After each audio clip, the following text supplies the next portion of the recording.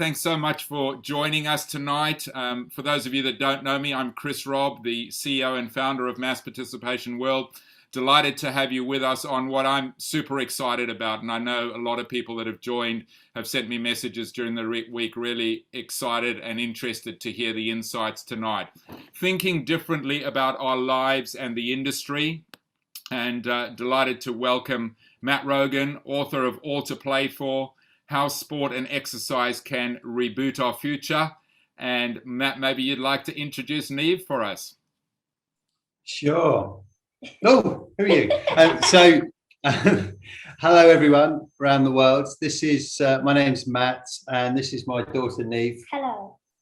Who is age 11 and is joining us to kick off this session about the future of sport and exercise, because she is it.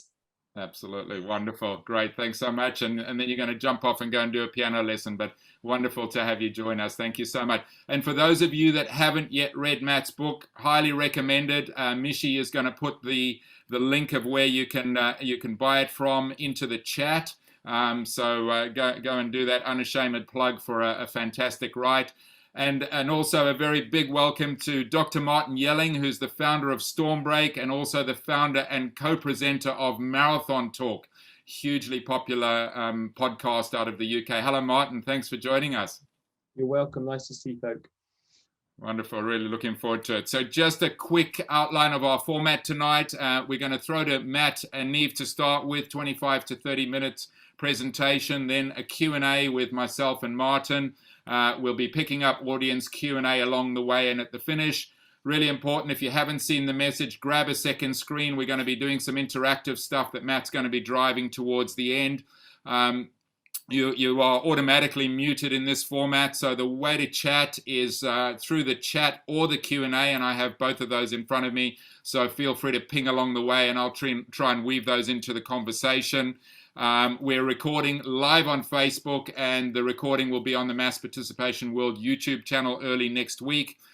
Quick reminder of a couple of the other Mass Participation World initiatives. Strength in Numbers now monthly. The next one on the 2nd and 3rd of August, Monday or Tuesday, depending where you are in the world. The Aid Station edition, episode 106. We've now been to 53 countries, went out this week. A really fascinating interview with Soledad Zongaro from Buenos Aires, and a great case study of a virtual event for 48,000 participants, attracting people from 150 countries, and a real great entry level, I think, hugely relevant to today's conversation. A mile event, easily accessible, people walking, people running, elites all the way through. So a really great listen there. Next MPW web series, Thursday, the 19th of August, we're going to be talking sustainability. We're going to have Mike Nishi from Chicago Marathon, and we're going to have a number of other high-profile speakers on that. Any questions, as always, chris@massparticipationworld.com or chris@chrisrob.asia, or on my various social channels. The MPW Mass Participation Event COVID Transmission Study. For those of you that are not aware of that, we've been gathering data. Last week's number, 2,466,000 and some, with only 4 recorded COVID cases, trying to help the industry with some useful data.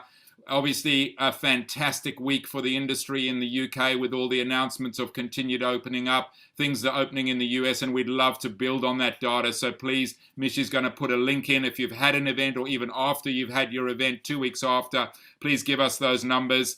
And then if you're not already signed up, we share those every week through our Road Ahead weekly newsletter. But for now, that's enough of me. Let's hand over to Matt and Neve, and you've got screen sharing, Matt, so jump away, and really looking forward to hearing from what you've got to say.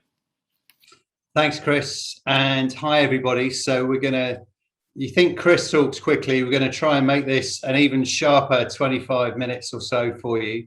And as I mentioned earlier, delighted to welcome my daughter Neve here. It's not much use, frankly, a 46-year-old, slightly balding, middle-aged white male from London talking about what the future of sport and exercise looks like. The future is kind of there. So I thought, just to set the tone, I'm going to talk about what the life looks like in 10 years' time. And in 10 years' time, scarily, Neve's going to be 21 and ruling the world. So start off with, Neve.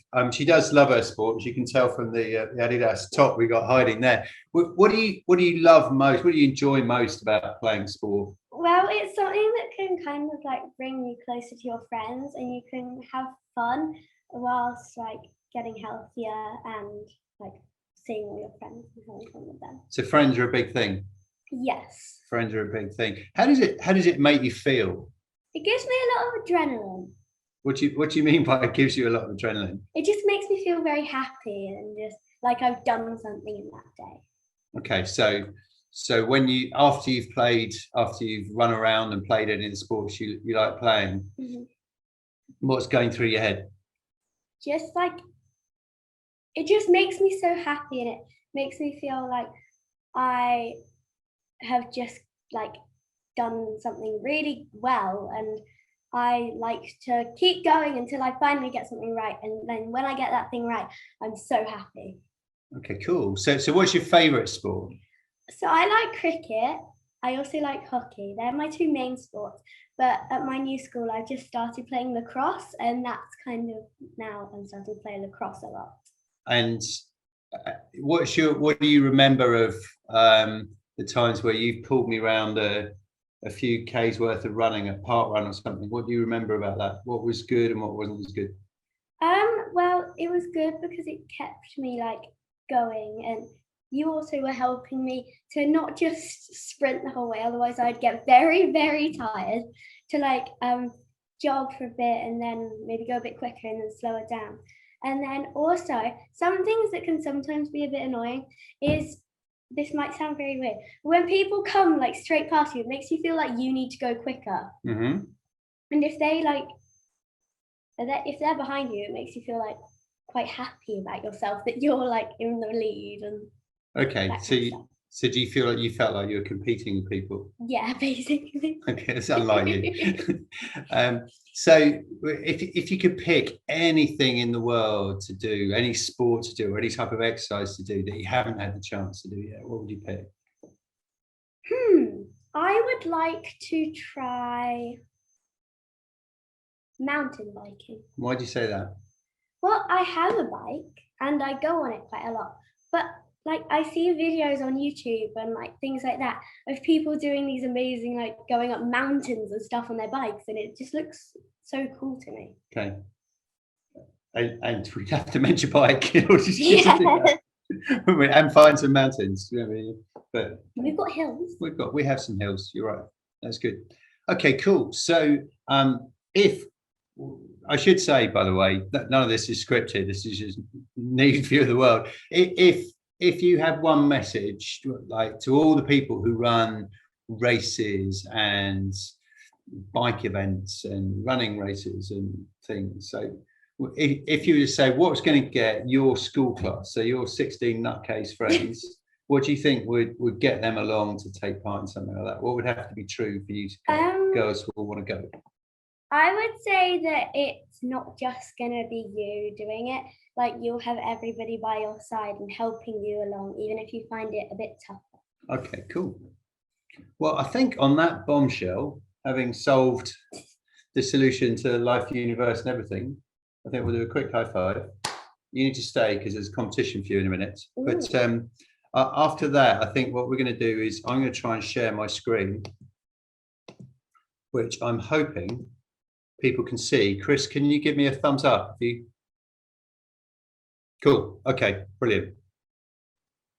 Okay, cool. So Chris is happy, so we can keep going. Right, this is part one of the interactive bit. Is that okay, Chris? Perfect. Okay, right. Part one of the interactive bits. If you can grab your second screen, what would be good is if you can either use this QR code or just connect up to the link you see there. So it's wooclap.com/MPW webinar. Okay. And if you do that, you should actually just end up on a white screen. You should just see the WooClap thing at the top and see nothing else. Is that working all right for you, Chris? You got that? Got it, yeah. All right, cool. So we are ready to interact then. And I thought to kick off, we might start with this one. So you should see a little question on your on your screen, I would hope, that we would like an answer from as many people tuning in as possible. Who would win a 5K running race if it happened right now? So hopefully you're all tuned in on your second screen. We can see some votes appearing on the screen.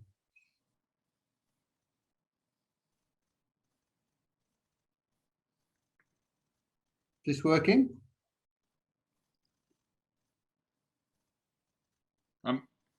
I'm getting an error. Maybe it's because I'm selecting the obvious one of Martin, but maybe if we all select Neve, it's going to work. Give it a go. That shouldn't.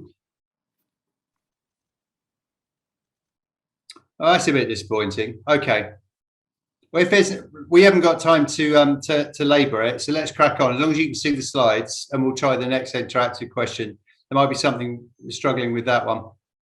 Let's crack on because I don't want to labour it and take too much time. Can you see this slide? Okay, the picture of the book. Got it. Yep. Brilliant. Okay, let's crack on. So from a book perspective, I guess my background is in sport, the sports industry, so the commercial side of sport. But I'm fascinated about a lot of different things. I'm fascinated in why girls like Neve get to the age of 12, 13 and 14 and often fall out of sport. I'm fascinated in why it is that when I've been running, I feel as happy as Neve does. I'm fascinated about the impact that sport and exercise can have on our towns and cities, given that retail doesn't need to be in there anymore, given retail's gone digital. Fascinated about why is it that kids learn more effectively after they've been active and such. So that was the intention of the book, was to try and knit those things together. And in what's now probably about 15 minutes, I'm going to try and whiz through 10 predictions that I made at the end of the book for how that I think the world is going to change and evolve. And that's from talking to people like Martin, who's featured in it, talking to people like Neve, running focus groups for kids and running focus groups for teachers and all sorts of people around the industry and around the world. So 10 predictions in 15 minutes, bit TED Talk style. Here we go. So prediction one is that some will do sports, but all will play. And the fundamental premise underneath this is my son doesn't give a monkey's whether he's playing Fortnite or cricket or going for a run or just larking around with Neve in the garden. He's just playing. And these linear distinctions that all of us as relatively middle-class sports industry people have around what is a sport and what isn't a sport is just yesterday's question. This is a fascinating graph that my business I co-founded, Two Circles, pulled together that just shows how interest is becoming more consolidated amongst younger generations in terms of sports. It's all up for play for. It's all to play for now in terms of which sports are going to grab the hearts of people like Neve. For the next generation. They don't feel wedded to the preferences of our generations at all. And not only that, they don't really feel like they need to stay in the constraints of things that have rules too. Rules say that women age 55 haven't traditionally can't play football because there aren't leagues for them, but there are now. Rules say that you need to have rules. And so parkour isn't a sport, but it is now. Our very linear description of Strava would say, well, you have to go and record a personal best time, but equally you can arse around and try and design a picture of yourself kind of cycling around to create an image of a bicycle, and that's all right. Rules say that drone racing isn't the sport, but you know what? It's flying along. And so that the whole premise of this is that sport as a notion and as something we hang our hat on in our very linear industry is dead. Second one, those will trust will change our nation. Look, anyone in the UK right now can see the impact of some of the England football team in terms of, frankly, nutmegging our government day in and day out in terms of social impact. Why is that actually happening? Because we, as any of us, trust people who are both ethical and competent. And right now in the UK and the US in particular, we don't see NGOs as competent enough to give them as much time as they need, but we don't see business or our media, and let alone our government, as ethical enough. And there's serious issues with trust going on. And so people like Neve, people like my son Connor, attach themselves to they see as competent and behaving ethically. And right now, that's a lot of athletes. It's not just athletes. It's Stormzy, right? A UK artist I grew up with Blur and Oasis playing Glastonbury, drinking themselves to death. Stormzy goes on stage with a stab-proof vest on to make a social comment. Now it's LeBron James in North America. And all that stuff is very exciting, but we have to look after the athletes as well. And, a lot of these people are 22, 23, making mistakes day in and day out, and now in the public glare. We need to be really careful with that. What that means, I think, for athletics is particularly acute, given that the drugs question is never far from any of our eyes.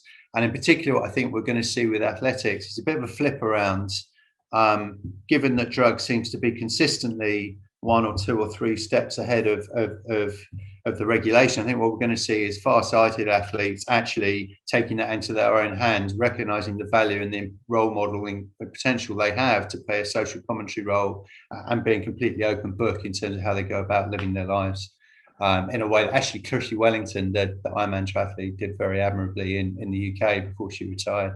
So the onus is going to flip in that regard, I think. But the role of the athlete as a social role model, while our governments are so collectively incompetent and so incapable of understanding new generations, is going to continue. Local teams to local people, flipping it around. We've had a lot of controversy in the UK lately about the role of professional sport, getting away from the people, getting away from communities. And what we're starting to see is that changing very markedly. Talked to a professional football team in the UK, Tranmere Rovers, who built they get 4,000, 5,000, 6,000 people a game in their stadia. But they have a stadium in the middle of a town that's really impoverished, that exists 7 days a week. And they're increasingly using that as an asset for their whole community and building businesses out of that. They get paid by the NHS to get adults, men and women between the ages 16 to 34 active and talking about some of their mental health challenges, and get paid by the NHS for that.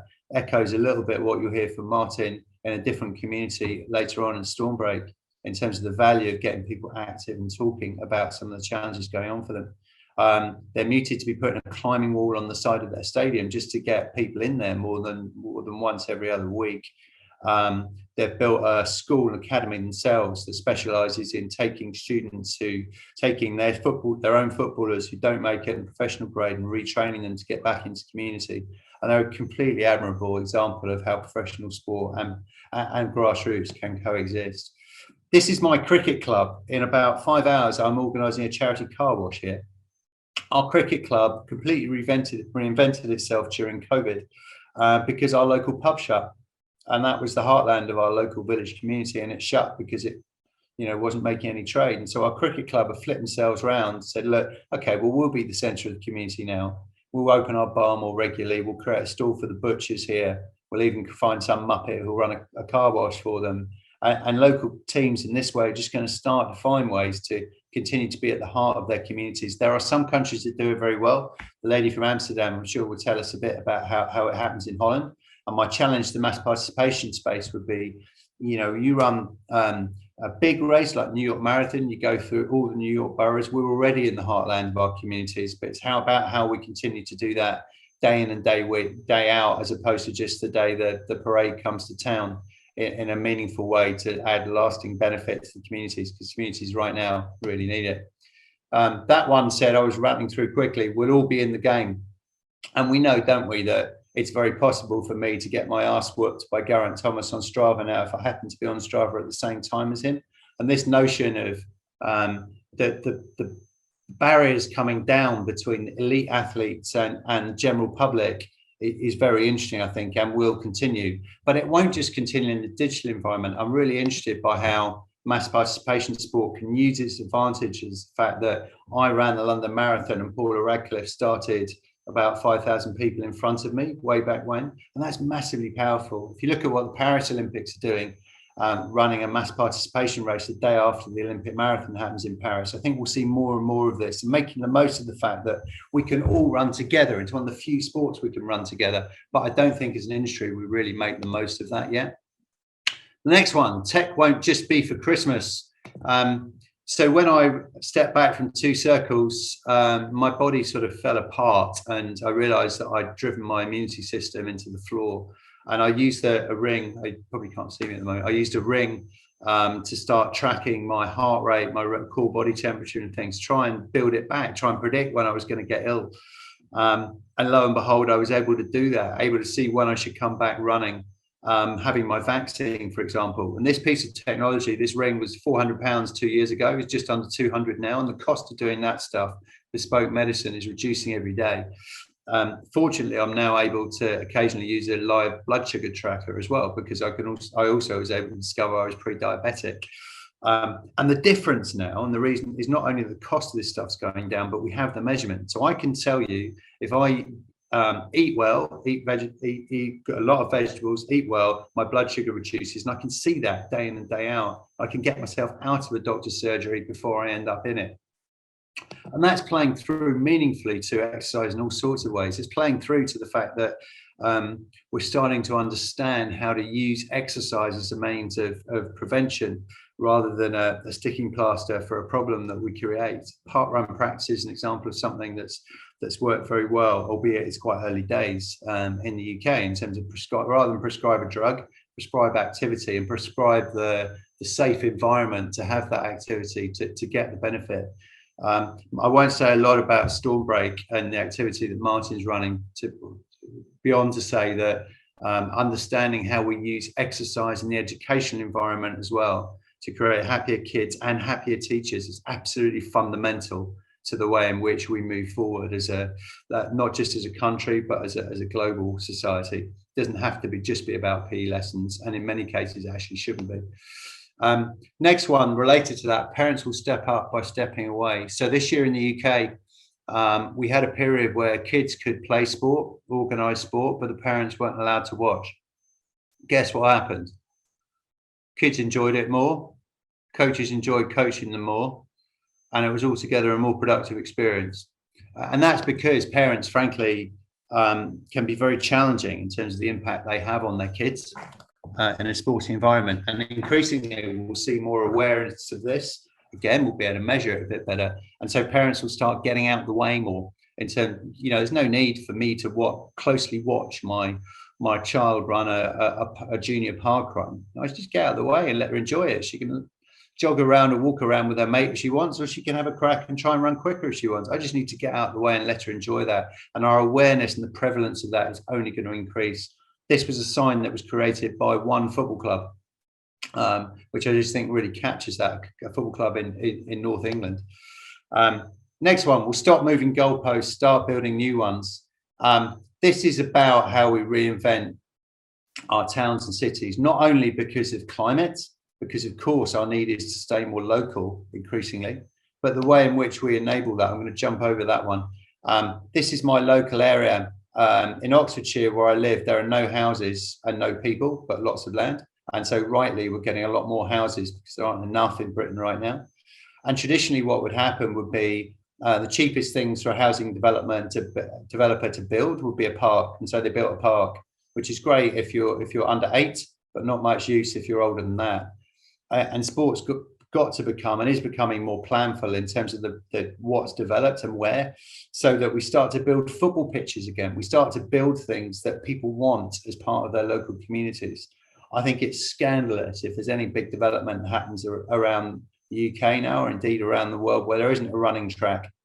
It doesn't need to be a trim trail with loads of fitness exercises. It just needs to be somewhere that's dry that people can run on or walk on, take their kids on, all around across the year.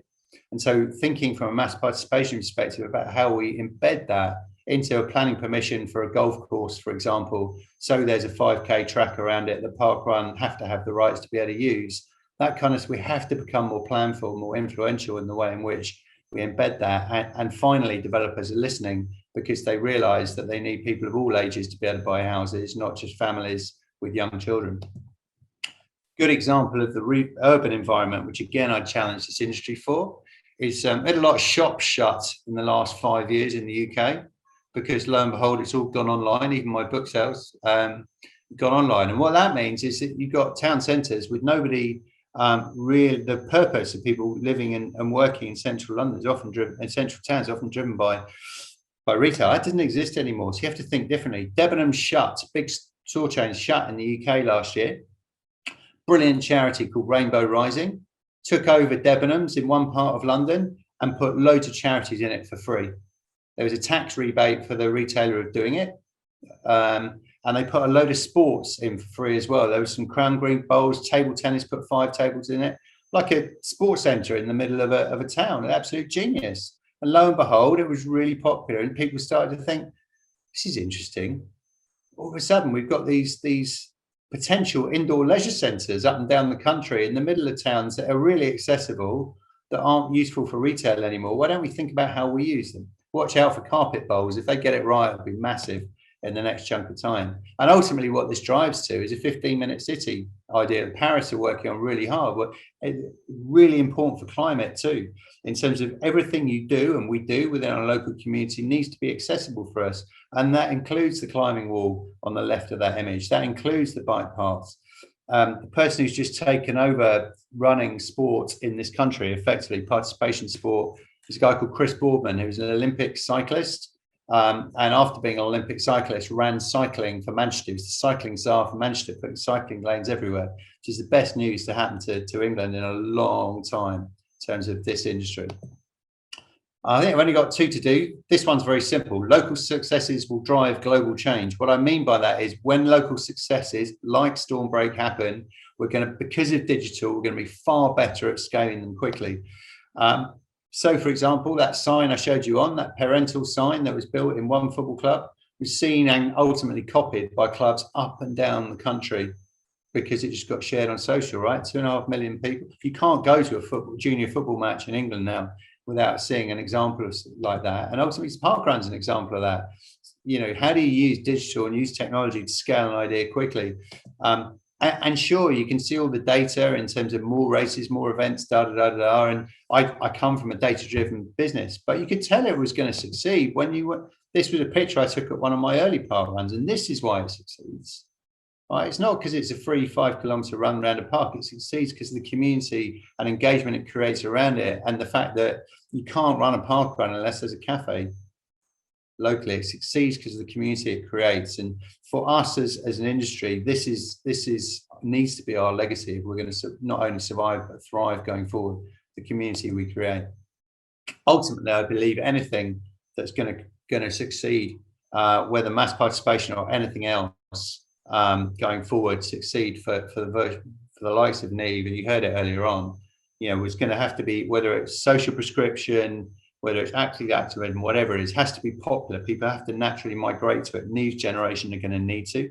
Has to be accessible and open for all, and it has to be financially underwritten. We have a public sector in the UK, at least, and most of Western Europe doesn't have a penny to rub together. So we're going to have to find ways to underwrite that. And the commercial sector, fortunately, is becoming a lot more attuned to its responsibilities socially to underpin its communities. The final one is just a notion, and I guess my reflections on professional sport, which is it's slowly getting, if I can swear on this, it's slowly getting this together in terms of being far less like Jerry Maguire and far more the kind of industry and the kind of environment that encourages social impact, that encourages a broader understanding and responsibility for what we're all doing as a living. And fundamentally, we're not going to be able to hire anyone if we haven't sorted that out by the time these generation joins the workforce, because that's first front and center for them. So I guess that's a quick rattle through and a good example of that. So this is the way Two Circles, my old business, build strategy. It's not very good for diabetes, but they give everyone 2 Smarties full, 2 tubes of Smarties. Right, and we have a big decision to make, create a load of water bottles.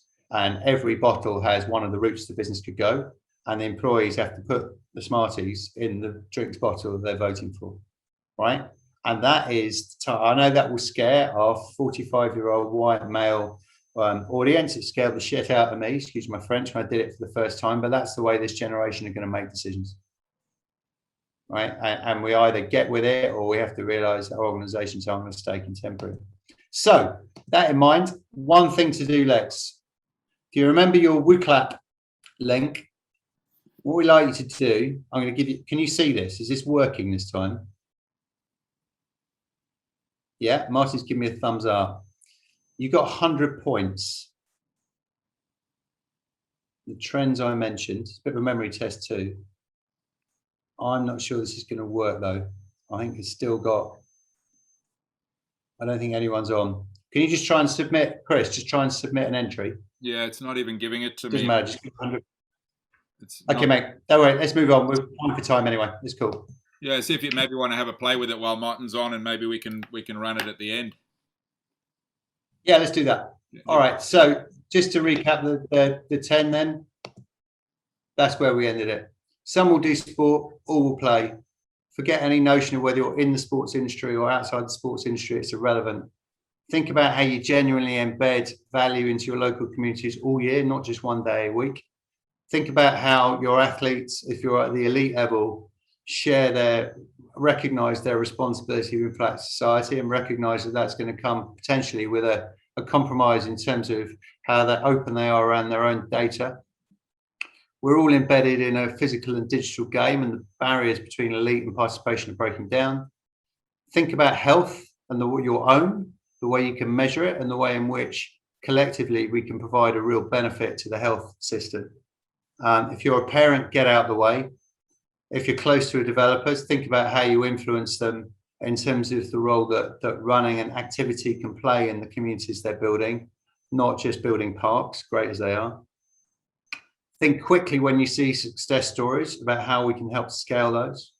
And if you're in the professional sports industry, recognize you have a bigger job to do in terms of diversity. And I guess my handover point is number 9. So I was being really privileged to have Martin as a mate for a long time. And this is by far the most exciting example I've seen about how we can think about activity in the school environment to make a material difference. With that in mind, I'm going to hand over. Wonderful. Thank you, Matt. Fantastic job of skimming through that. Some great insights for me as a passionate father who loves to be on the sidelines watching his 6-year-old play soccer, get out the way and let him do it on his own without putting any pressure on him. Wonderful. So cool. Let's go and start off with a quick video, assuming that Matt hasn't jinxed me with his technical issues here. I had preloaded it, I believe. Let's see if we can get this up.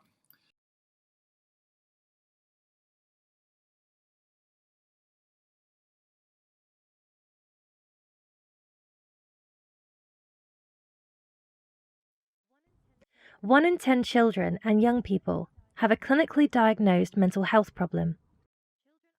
Children are moving less than ever before, whilst childhood mental health problems are on the rapid rise.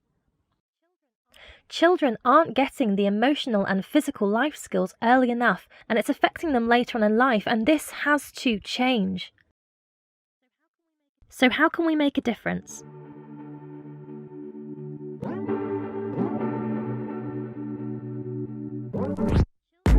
Children are happier and healthier when they move more. It's a proven fact. And schools can be great places to move, where teachers can inspire a difference. What if we make movement simple, inclusive, and accessible, giving teachers more delivery confidence? What if we teach children coping methods to thrive in the modern world? What if we change perceptions and make mentally healthy movement a whole school issue that creates lasting change? What if we embed mentally healthy movement in every school, for every child, every day? Happier kids, happier teachers, happier parents, happier communities. This change benefits everyone, and we believe it's possible. We're ready to break the storm. Are you?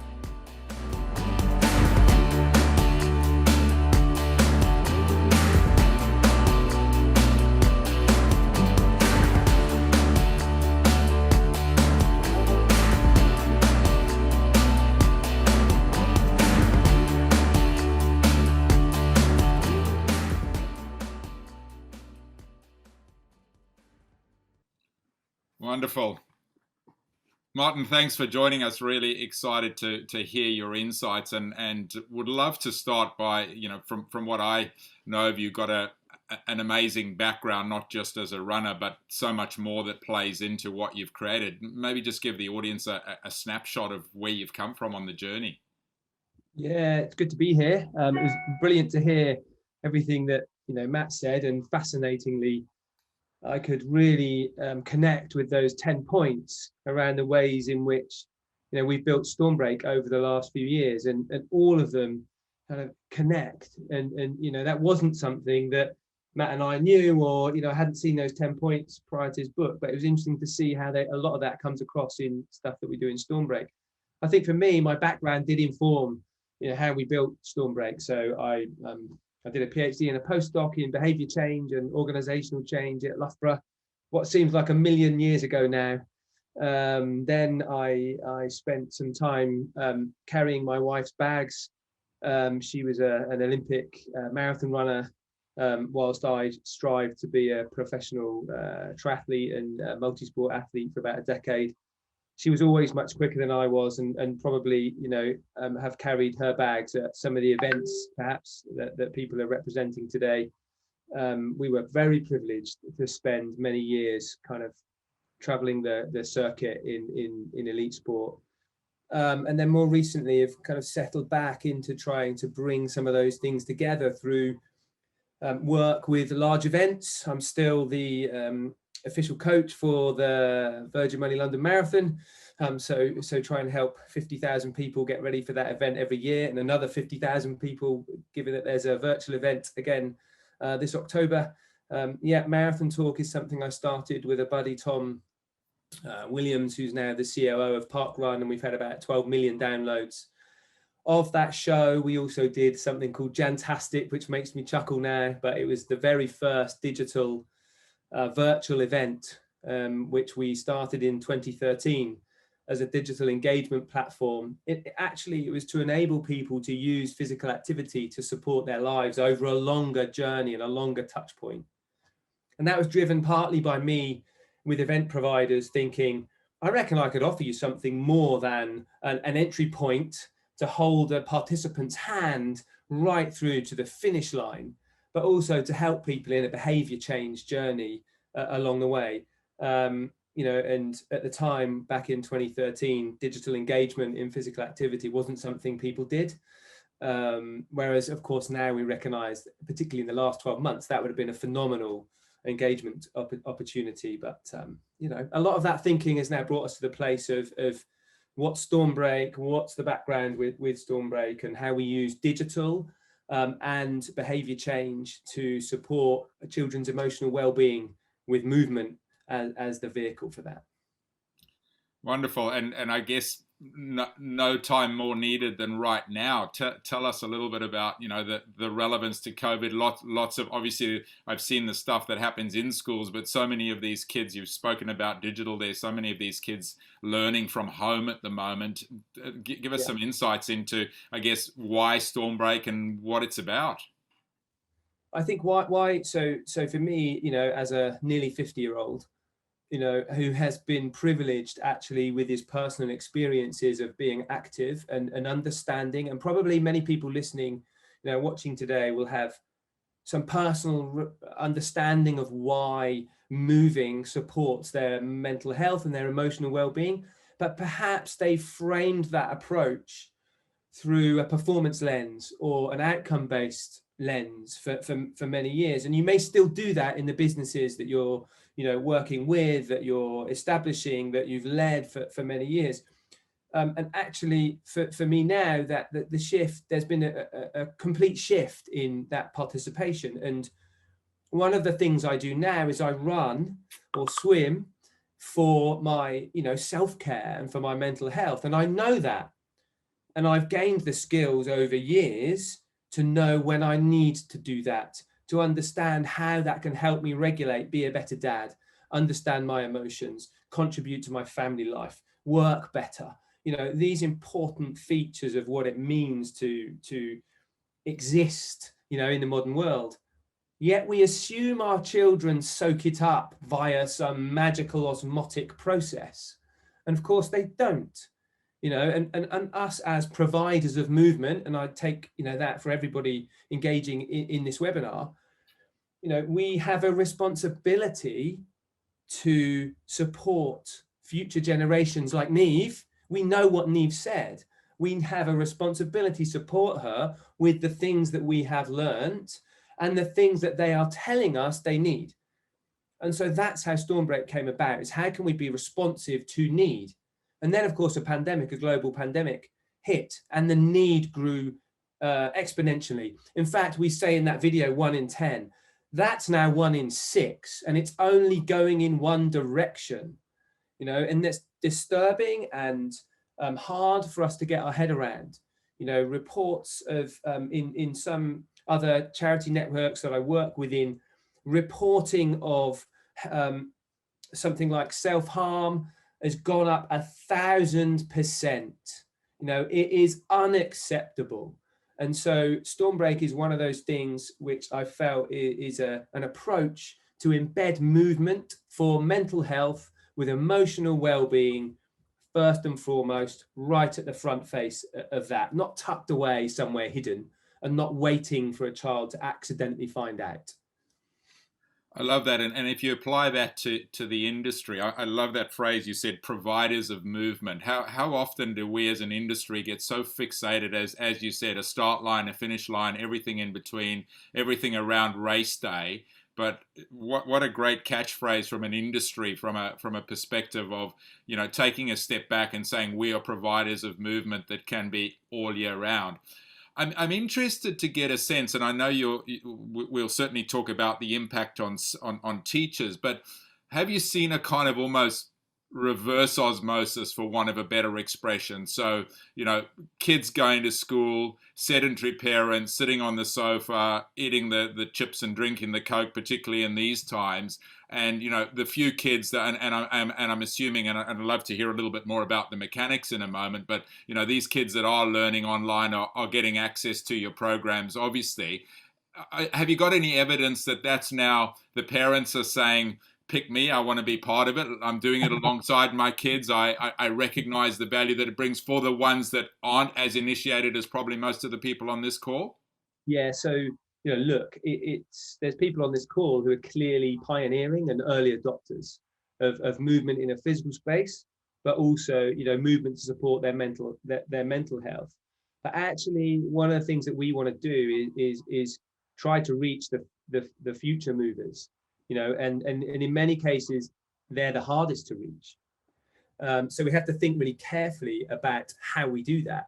And so a Stormbreak program, and although you showed the video for Stormbreak work in schools, that is our Stormbreak Surge program in primary schools. We also have a Stormbreak Together program, which works with families. And that could work with families in looked after settings, so foster and adopted care, but also in settings with early preventative need, which is growing all the time. So we don't actually run a program for parents, but what we do know is that the need in schools and the need in those families is great. And I hope that sometimes when adults engage with a children's program, they too will benefit. They just don't know it. So sometimes we'll take on and work with adults, trusted adults in organizational settings, and we tell them they're working with children. And we're doing the work with them to support the children, but actually they get an amazing amount of benefit too. And that's quite impactful, because part of our programs based at removing barriers to participation and making movement accessible. And so we don't put the rules that Matt was talking about around the movement. We make it on your terms. And that's really important if we use parkrun as a potential, a similarity with that. I've learned a lot from parkrun. Paul St. John Hewitt is one of our founding trustees, and I've learned a lot in terms of data analysis and insight, but also in terms of accessibility, and where you start to put parameters around engagement. What that means is you suddenly start to exclude, and so we don't want to do that. So we don't have any rules around participation, and for some experts, that's really tricky for them to get their head around, because their lives are based on outcomes, rules, where places to put your hand, heights to jump, speeds to run. times to hit, and we don't do any of those things. We don't even call the activity that we do the same as the activity that somebody may be experienced in. We do something called free moves. It's actually built with a parkour coach. Now, if I went to a group of 50-year-old, my age, pastoral care workers, and I said, we're going to do some parkour today, most of them would be like, no way. Okay, so we call things different names, we remove the barriers, we make the coaching style really inclusive. And that's what gets them working with the children who need it the most. Amazing. So all this that you've developed, how do you manage to, clearly there's a massive need there. How have you managed to scale that? And how do you have, I'm assuming that this is now being watched all over the world. It's been hugely successful in the UK and there's a great opportunity. But, what are some of your, even in this amazing digital world with the tools that we have available, how are you managing to scale that, or is it still kind of limited to the UK at this stage? Okay, so that's a really great question. And we have we were lucky in one sense. The COVID pandemic forced us to be agile in a delivery approach, which for a new and relatively small charity, it can be quite challenging. We don't have deep pockets. We run a relatively small organization on relatively tight budgets. We do have some support from some grants and awards that enabled us to shift that delivery towards digital delivery, and that gave us an element of scale. But of course, with digital, you're always trying to improve the engagement. I'm always trying to shape and look forward and understand how our digital offer can reach more audiences in new and different ways. So for example, how movement can help lots of children engage through our freely available digital platform, to how we can get schools to engage in a more richer way through a paid for program that will really embed movement. So in a locality, we like to work with a group of schools or a group of families. Somebody somewhere has to pay for that. But then the benefit is that those people that engage through movement start to think, what else can I do around this? Where can I be signposted?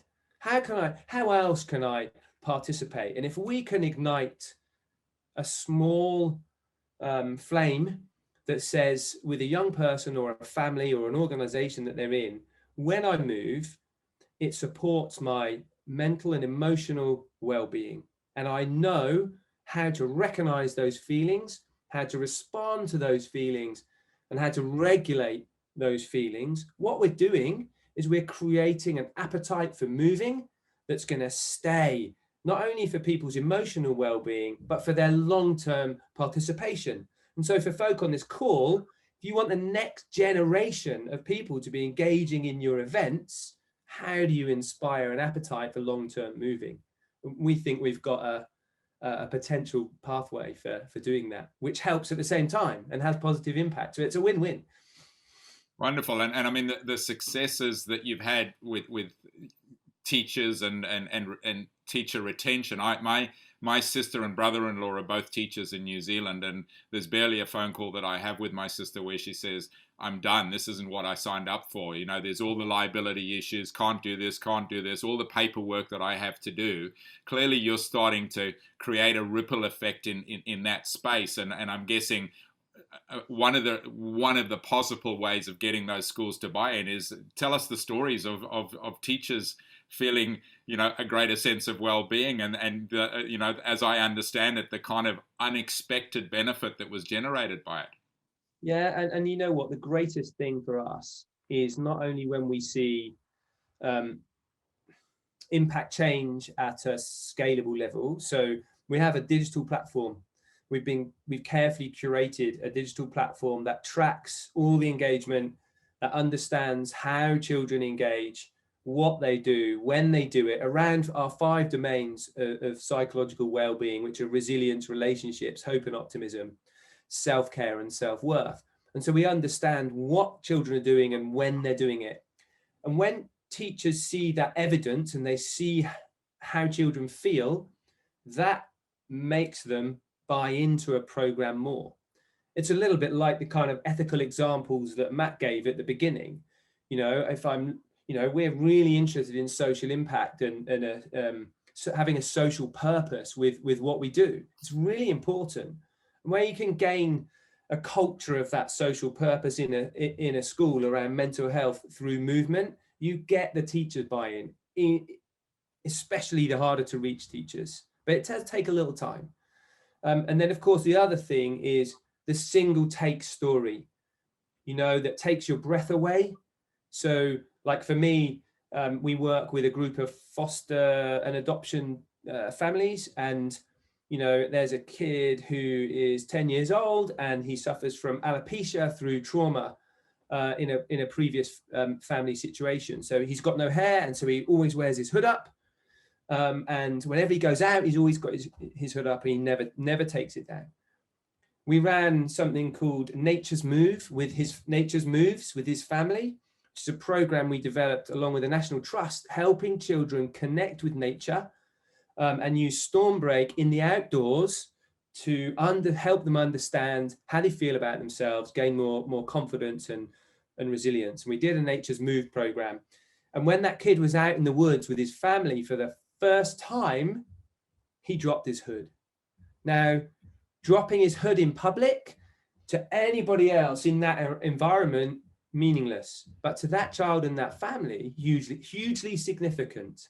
And those are the kind of stories that, you know, we want to be able to tell. And if we're instilling in that child a love of being active, a love of the outdoors, an ability to regulate and control their emotion at 9, then my hope is that will, you know, translate into a skill set of attributes and strategies that child can take with them for, you know, when life gets trickier still. Amazing. And you know, such a role to play now. So a sad example that so many people might not be aware of, and a couple on this call. Children in the Philippines, in most cities, have not allowed to leave their homes since February last year. I know someone whose son hides behind her when his auntie comes into the house because he's had so little engagement with people outside. Some nights doesn't go to sleep until the sun's coming up in the morning, and you know, so that the opportunity that something like this has to you know, hopefully scale to communities like that and create massive impact is incredible. How can people get involved, Martin? Well, there's several ways. You know, I would urge you to just have a check on the website, free to engage with, stormbreak.org.uk. And if you do anything, we've got 5 animations on our homepage, and those animations are voiced over by our children. We film them in lockdown, and so, you know, it's like my daughter does the one about relationships, and some other of our team does, you know, our team's kids do the voiceovers, because we don't have access to children. Watch those animations because they form a really important part of what we do. The first thing is, you know, go and have a feel for the freely available website. And like that example we've just given in the Philippines, you know, those children can access the website and go on a Stormbreak journey and move around, even though they're still at home. They can choose how they want to feel. Another thing, you know, people could do is, you know, if you're in the UK or overseas and you think, okay, maybe we could try and do this where we are, you know, get in touch with us at hello@stormbreak.org.uk, and you know, I'd love to explore what's possible. And I think the third way is, if you are part of an organization and you're serious about your social purpose and you want to make an impact, then, you know, talk to me about how you can really be involved. You know, we've got some strategic ambitions to support the lives of millions of children, and you know, we need pipelines to help us to do that. And these children will be your future participants. Absolutely. Wonderful. Matt has put that link in the chat. Martin, we could talk for an hour, I'm sure. Congratulations. And obviously, if there's any way that I can help to support through this community, and hopefully this brings some people to help you amplify this amazing initiative. Yeah, really, thanks for those insights and absolutely fascinating. I'm just going to have a quick look, pop my glasses on and see. There we are. You've already got one. I'm interested in Stormbreak possibilities in Nigeria. We'll pick that one up for you. Couple of, I think, more comments here. Dan Parr, thank you. Phil Purvis, happier teachers, educators, a great comment. Sam Middlehurst, thanks for sharing. Big subscriber to the Facility of Exercise and Happiness. Stefan Movin, hello Stefan. Understanding the families and the parents' role is important in order to secure that certain groups can start training. We must find new ways to attract groups that normally do not find their way into sports and training. And then I had one here, which is more of a question. How do you feel the recent pandemic will impact the public's perceptions of their own health and well-being and interest in mass participation events going forward? Who would like to take that one? Martin, Matt? Martin, you kick off, mate. I'm happy to start, mate. You know, look, the what we've clearly seen is an increase, you know, in a realization how important, and coming back to the word moving, moving is for mental and physical health in a preventative capacity. So, you know, for example, I've been involved in promoting physical activity and sport and movement at grassroots right through to Olympic level, you know, for 25 years. And never before have we seen nationally led messaging from the highest political level that says, you need to go and move today. Not only that, it's the only legal thing you can do, right? We're going to let you out for some exercise, although the term is a slightly, one I struggle with slightly. You know, we're going to let you move for an hour outside in the air because you know what, it's really good for you. Like never before have we seen that. So my challenge to the participation industry is, what are you going to do to capitalize on the back of that kind of marketing that you simply cannot buy?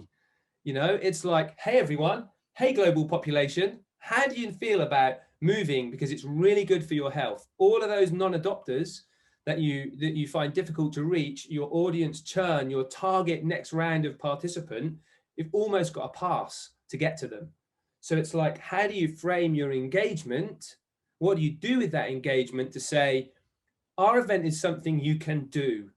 You know, we're here and you can participate. So I think actually, you know, in many ways, the pandemic has provided an opportunity to enhance engagement and you know, collective strategies to do that, making events accessible for those people will be, you know, really positive, strong way forward. They're waiting to come and do events. Fantastic. And you, Matt? I just to build on that, I think I'd say they are. And the other thing that's interesting to me is, whilst we haven't been allowed to watch our kids play organised inverted commas sport, we probably exercised more with them over the last year because we've all taken whatever our global permissions are, we've taken our exercise together a lot more. And so thinking about, I mean, you saw Neve's reaction to, you know, chasing anything that's not chasing the ball around, you know, thinking about how we create opportunities for those experiences to be social, either as a family or a group of friends. And social doesn't necessarily mean it's of a prescribed distance that's measured based on global standards. It might mean it's, you know, a bit of a potter out in the countryside that's got a few beers and a gig at the end. Like it can be very relaxed. So I think it's thinking more creatively about what we offer to service that community that Martin describes very well. One thing I would say about that, Matt, and it's really important, and I'm sorry to disagree with you ever so slightly, is that, you know, deprivation is really important, and that's really a strong point for a middle class family with really supportive family unit. But that's not the case. Yeah. You know, like the already active and the more active families have become more active. Yeah. Yet the least active and the more in kind of at risk have become less active. Mm-hmm. And of course, what we mustn't do is increase that divide. You know, we've got to narrow that divide, you know, so that we are genuinely making our events more accessible and particularly for those people who have struggled to be active, you know, and it's now, right, what can we do? So I kind of agree, but at the same time, I'm like, don't forget. And that's the ones where we need that kind of activity to be underwritten, if you remember that triangle. So that's where we need companies who realize, hang on, corporates in this 2x2 box Matt shared are, nobody thinks we're ethical at all. How do we address that? We'll try and provide some kind of meaningful approach to hit some of those communities that are harder to reach. It's absolutely fundamental. We could start with Stormbreak. We could continue for another half hour. I'm sure we're a little bit over time, but thank you so much to all of you that have joined us. A huge thank you to Dr. Martin Yelling and Matt Rogan, and of course Neve, who's off doing her piano lesson. Thanks for joining us, all to play for, thinking differently about our lives in the industry. So many takeaways there. We will, Tom Kerry's madly scrambling away there, taking notes, and we'll summarize this and put it out. The recording, it's live on Facebook, and we'll put the recording up on YouTube. But really appreciate your time, Martin and Matt, and thanks for so many great insights. You're welcome. Thank you for joining us. Bye for now. Thanks, everyone. Bye.